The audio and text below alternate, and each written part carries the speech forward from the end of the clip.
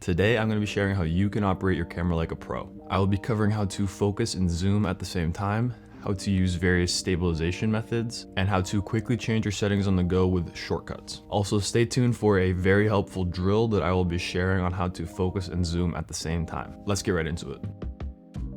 Arguably the most important part of camera operation is focus and zoom, especially when filming sports. The action is moving very fast and you need to make sure that the frame is tight enough and everything is in focus. Sports is unpredictable and reactive, so many times we will be zooming and panning and all of that, trying to get everything in the shot. And then to make it harder on top of that, we need to make sure everything is in focus. This means you need to zoom and focus at the same time. Many people choose to use autofocus and let the camera do the work. However, this has some downsides that I will cover in a couple minutes. But first, let me give you some tips for autofocus if you do choose to use that. The first tip for autofocus is setting a button for autofocus lock. This is basically a button that you can hit whenever you want and it'll stop the continuous autofocus from firing. This means that if someone were to walk in front of your frame, or if there's too much stuff going on and you want to leave your focus exactly where it is, you can just hit this button and it'll pause it. This will stop your camera from hunting back and forth and looking unprofessional in the video. And then second, depending on what sport you want, you're going to want to change your autofocus zone. So when I used to use autofocus, I personally like to have a larger frame. I found that when I had the small dot in the middle, it was very hard to keep that in the center of the frame. And then many times I found the camera hunting back and forth and it just did not look as good as I wanted it to. And then next up, you want to avoid zooming mid-play if possible. This is also true for manual focus, but especially with autofocus. If say someone is running towards me with the ball and I try to zoom out, the autofocus is going to start hunting mid-play. And then also I just think it looks better if you just leave it at one focal length. Then my final kind of tip for autofocus is that you really want to be able to move around that point. So ideally you have a touch screen that you can touch and the point will go to where you're touching, or else it just kind of gets boring. If you're only shooting with the subject center framed every single time, that can get kind of old. Sometimes you want to have them on the left third or the right third. So I'd say just mess around with where that point is and where the subject is framed within your shot. So I've already said that I use manual focus personally, but when should you use autofocus? For me, I have a couple instances where I actually find it very helpful. One of those is on a gimbal. I'm actually gonna be talking about gimbals a little later. I can't really pull focus, I don't have a wireless system, and autofocus on my second camera is pretty reliable, but autofocus on a gimbal definitely gets the job done. And then the second time where I really like autofocus is for filming pre-game stuff. So this is when I have a wide kind of 16-35 lens and I'm walking around trying to get close to the subject and get wide close-up shots. For me, the autofocus performs perfectly in this situation. I kind of just make a very big zone and point my camera at the person, pretty much that simple. However, during the game, manual focus is definitely a necessity because I have so much more control over the image. I made a video a little while back where I mentioned that I pull manual focus and zoom at the exact same time, and I got a lot of questions in my DMs about how I do that. So here we go, we're gonna cover that right now. My first tip is to buy one of these focus zooms. I got mine from followfocusgears.com. It was like 30 bucks. This basically makes the focus less sensitive. Photo lenses are hard to pull focus on because the focus ring is so sensitive and the smallest movement changes the focus a lot. So this helps mitigate it a little bit while also just giving me a better grip on the camera. In terms of actual finger movement, I'm gonna have a better angle of this that I can show you guys, but basically I'm holding the lens like this, pretend this is a camera here. So I'm zooming with my middle and ring finger, and then I'm focusing with these fingers. But basically I'm doing really, really small movements with the focus.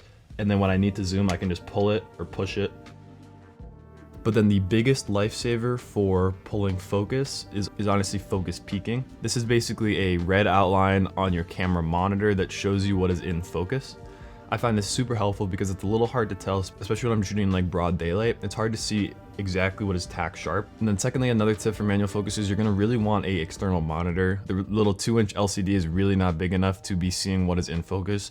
I have a 5-inch monitor. I'm probably actually gonna be upgrading to a 7-inch pretty soon.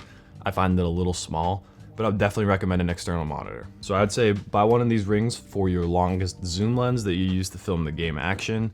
And then just practice. So the drill I like to do is I'll set up my camera on a tripod and then go outside and pick a tree that's say 50 yards away, and then pick another tree that's like 100 yards away, and I'll zoom and focus back and forth in between those. You really just want to get control over the direction you have to go, as well as the rough distances and the sensitivity of the focus ring. The more you do it, the more comfortable you will get with pulling focus. But then the biggest tip I have for you guys trying to get into manual focus is take 1 or 2 plays per game when you're just starting out and try to manual focus. Nothing is quite like game action, so no matter how much you practice outside on stationary objects, it's very different with someone coming towards you or away from you. So if you need to shoot autofocus most of the game, that's fine, and then take a couple plays each game and start practicing manual focus. As you get better, you can start doing more and more plays until you're eventually doing it full time. That is exactly what I did, and easing into it makes it so much better. And easing into it makes it much less intimidating and easier to get a grasp of.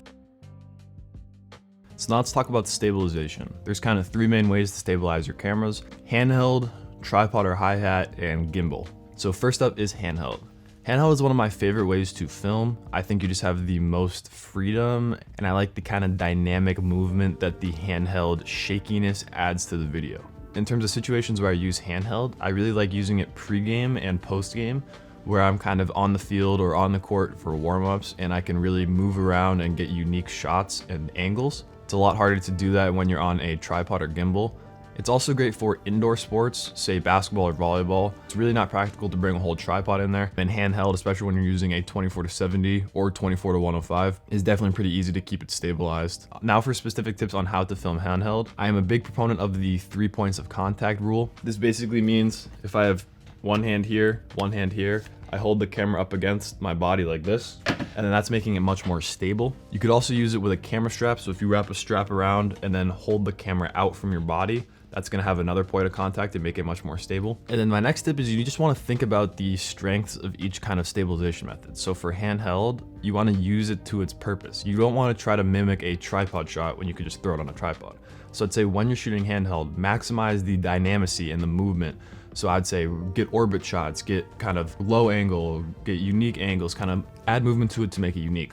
So the next method is using a hi-hat or a tripod. Hi-hat is basically just a miniature tripod, but it's the same idea. This is perfect for soccer, lacrosse, football, baseball, any kind of field sport where you will likely be on at least a 70 to 200 focal length. In my personal opinion, using a hi-hat makes more sense in a lot of situations. It's a lot smaller and easier to move around. It's lower to the ground so that you'll get lower angles. And once you get to a higher level, most teams and stadiums don't let tripods on the field. So getting used to a hi-hat is a great idea right now. So there's a couple things to talk about here. Any hi-hat really will do fine. I would recommend getting one with a 75mm bowl. You can get a pretty cheap one. I have a Benro one, but it really doesn't matter what brand you get. I'll link everything in the description as well. And where it gets interesting is the fluid head. There's basically 2 ways you can go about it. I used to use a Manfrotto 502AH, which was a flat head.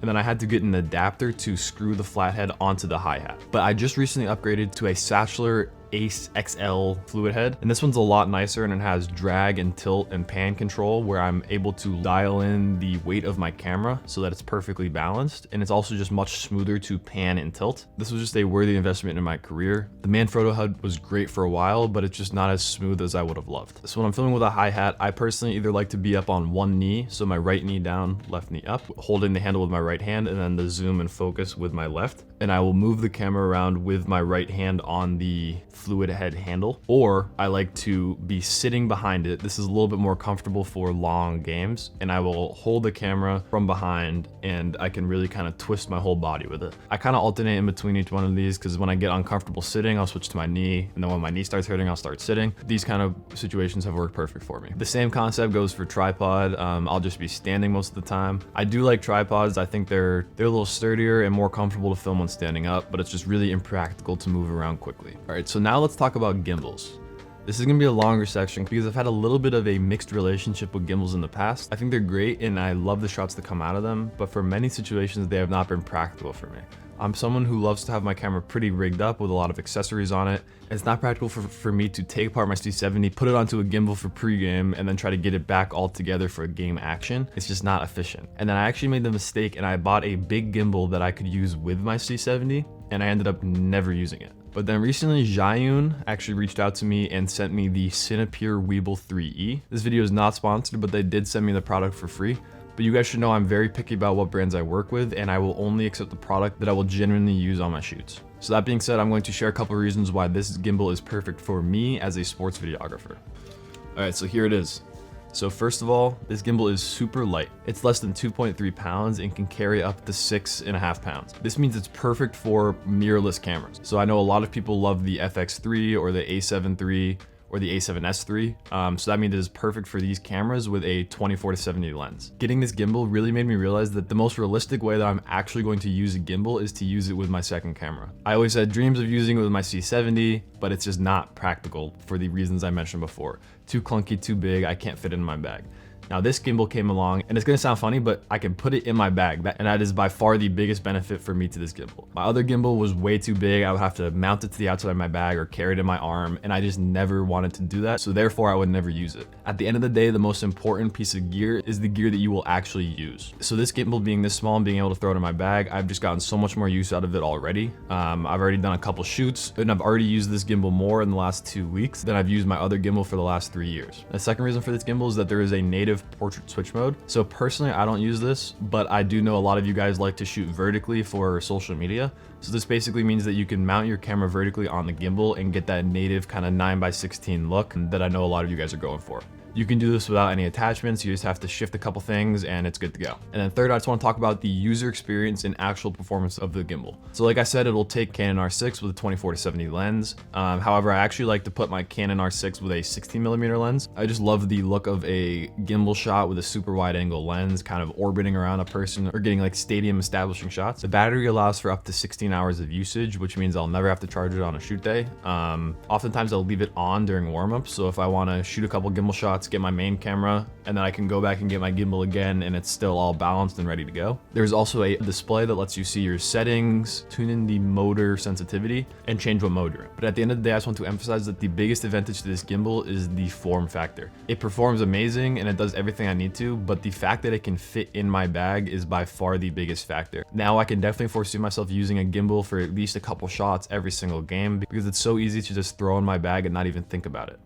I just wanted to show you guys a couple things about this gimbal, and I have a few tips that I utilize to make the most of a gimbal like this. So first of all is the lens selection. I mentioned that I like to have a 16mm lens, and in my experience, wider is better. I can always crop in, and autofocus seems to do better when the lens is pretty wide. As you can see, I have it pretty perfectly balanced. Right now, this is in PF mode, which means if I go like this, the camera is going to do the same movements, just a little smoother. Same with up and down, it stays level. Now if I switch this mode to L, it is going to lock in. See how the camera does not move what it's pointing at? And then if I go to F, the camera is going to do exactly what I do, just a lot smoother, including on that tilt axis. Personally, I like PF mode the most. I like the camera being able to move left and right, but not up and down. And then now say it's stuck over here on the right and I want it to return to perfectly balanced in the center. I just double tap this trigger and it will return to the center. Pretty nice. And the other thing I love about this gimbal is being able to go into the low sling mode. So this means I can get really good low shots. It's personally some of my favorite ones. I think it's a very unique angle that you don't see every day. The next thing I love about this gimbal is the ability to start and stop recording from the gimbal. I don't have to mess around over here. I have a cord that I can plug in and I just hit this record button and it'll start recording. And then next is the form factor. So as you can see, I have this extra leg here. So this means I can hold it with 2 hands. But if I didn't want this, I could easily screw it off. And it's just this size. This is smaller than my other camera fully rigged out. This means I can easily bring it wherever I need to go and just carry it like this. In terms of actual shots that I use this gimbal for, my favorite is a track into the subject. So I'll start over here and then walk in to the subject. Unfortunately, I don't have any friends, so I don't have any subject to show you guys, but you get the basic idea. I'm just walking in, getting a nice tight shot. Now, another one of my favorite shots is using the joystick. I like to place this camera at midfield, and I'll start facing up at the sky, and then slowly pan down to reveal the stadium. I think this is a great establishing shot. You can throw some text where the sky is and then have it fade out as it shows the stadium. I think this is a unique establishing shot that is a great way to open up your video. And then another one I like to do is say there's a subject here. I will kind of orbit around them like this, trying to get a unique shot. You can also mix in a low to high orbit going like this. Now I'm going to quickly show you how you can fine tune the motor settings. So all you have to do is click this menu button right here and then click this dial, go to motor, auto, and then it's gonna auto tune. So this is how your gimbal knows what weight your camera is and will therefore change the strength of each motor so that it gets the smoothest experience possible. And finally, I wanna show you how quick and easy it is to balance this gimbal. So what I'm gonna do first is lock this bottom motor and lock this motor. So now this is the only motor that is loose. So I want to get this where it's balanced and then lock it in. This is gonna be really kind of tiny micro adjustments. And then the way you can test it is by tilting your camera up and down. And if it doesn't move, that means that motor is balanced. So that's looking pretty good to me. So now say it's down here. If it's moving back towards the middle like that, that means I have to move it up. And if it's moving backwards like this, that means you have to move this one down. So this is gonna be right around. So now you just gotta kind of mess with it. A little higher. Right around there. And then you can just lock this in here. So that is looking pretty perfectly balanced to me. So what I'm gonna do is lock this motor. Now everything is locked. And I'm going to unlock this one. So the way you test this one is by going like this, and if it stays, it is balanced. So I'm gonna lock this again, and then I'm going to unlock the bottom one, and I'm gonna hold the gimbal like this, and that is not even close to balanced. So what I'm gonna do is slide this back, and then do it again, and I want it to stay exactly still. So I'm just gonna mess with this until I get it to that point, and there we go. And then so now I'm going to unlock all of the motors, and if I should be able to put the camera in any direction and have it stay there. Boom, perfect. Now this is a perfectly balanced gimbal.